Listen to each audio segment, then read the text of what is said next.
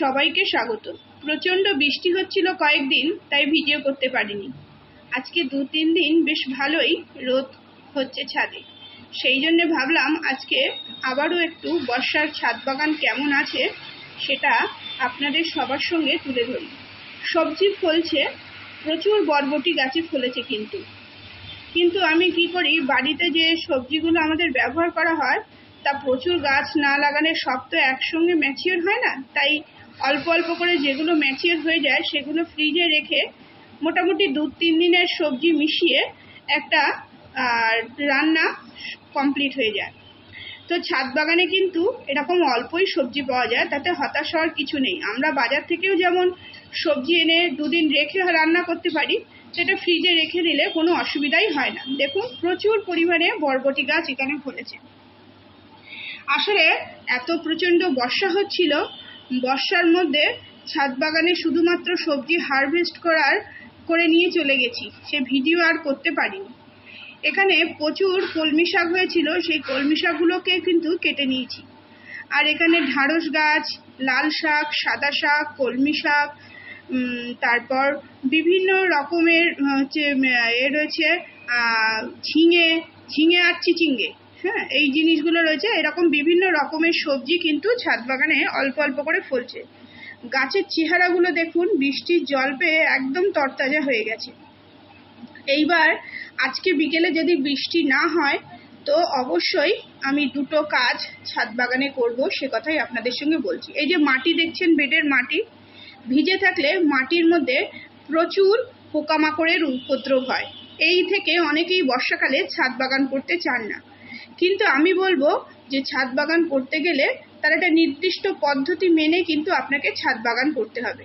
এই যে দেখুন, খারাপ পাতা যেগুলো আছে সব সময় কিন্তু বাগান থেকে পরিষ্কার করে এক জায়গায় করে কম্পোস্টিংয়ের ব্যবস্থা করে ফেলতে হবে। তাহলে কি হবে, দেখবেন গাছপালা অনেক রোগ পোকামাকড় মুক্ত থাকে। আর প্রতিদিন গাছগুলোকে অবশ্যই চেক করে দেখতে হবে। আর বর্ষাকালে তো এমন কোনো গাছ রাখা যাবে না যেগুলো সব ছাদের সঙ্গে টাচ হয়ে থাকে, সমস্ত কিছু ওপরে রাখতে হবে। আর বৃষ্টি একটু ধরলেই অবশ্যই ছাদ বাগান যতটা পরিষ্কার করে, পচা পাতা, নোংরা ছাদে যেগুলো পড়ে সেগুলো পরিষ্কার করে ফেলতে হবে। এতে কিন্তু প্রচুর শামুক হয়, কেন্ন হয়, যেগুলো মাটির মধ্যে থেকে ছাদ বাগানে আমাদের খারাপ দেখায়।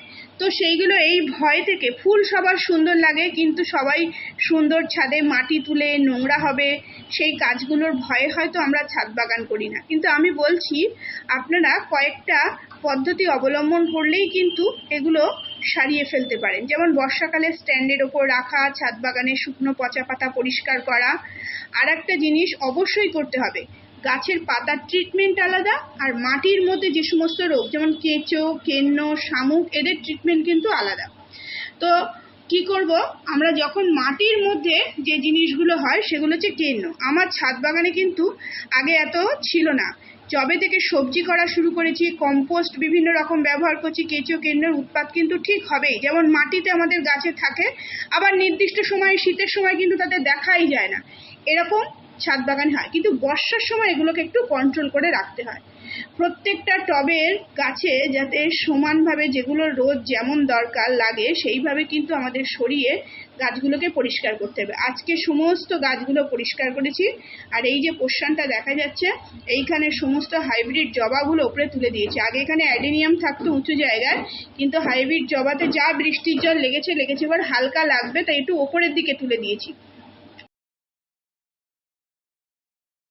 এইবার বলি, মাটিতে এই সমস্ত রোগ জীবাণু দমন করতে গেলে কি করতে হবে, পোকামাকড় দমন করতে গেলে।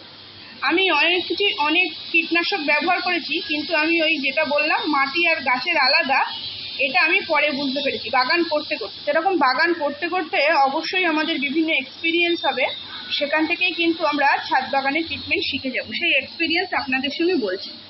একমাত্র আমি দেখেছি, কেন্ন মারতে গেলে শুধুমাত্র ফিউরিডান যদি পাউডার দেয়া যায় তো এটাতে সব থেকে সহজ হয়। আমি কি করি, ফিউরিডানের যে পাউডার, যে ডাস্ট আছে, এতে পিঁপড়ে, ছোট ছোট পোকা মাটির মধ্যে দিয়ে দূর করার জন্য বর্ষাকালে কিন্তু এটা বেশি ইউজ করি, অন্য সময় কিন্তু আমি করি না।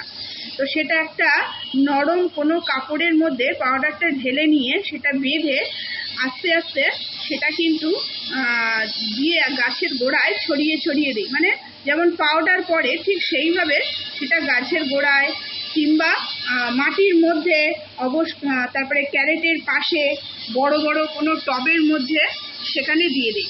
এই সময় কেন্নরা প্রচুর পরিমাণে তাদের ডিম পাড়ে বা তাদের আরও ছোট ছোট কেন্নর জন্ম হয়। তো ছাদ বাগানে এগুলো দেখে আমাদের কারোরই কিন্তু ভালো লাগে না। তো সেগুলো দমন করতে অবশ্যই ফিউরোডন পাউডার আপনারা কিন্তু ইউজ করতে পারেন। তবে একটা সাবধানতা অবলম্বন করতে হবে, এইসব কীটনাশক ব্যবহার করলে বিকেলবেলা তো করতেই হবে, আর কি করতে হবে, নাকে অবশ্যই আপনাকে একটা মাস্ক পরে নিতে হবে এবং খালি পেটে এটা কোনো সময়ই করা যাবে না। এই সমস্ত সতর্কতা অবলম্বন করে যারা ভাবছেন বাগান করবেন অবশ্যই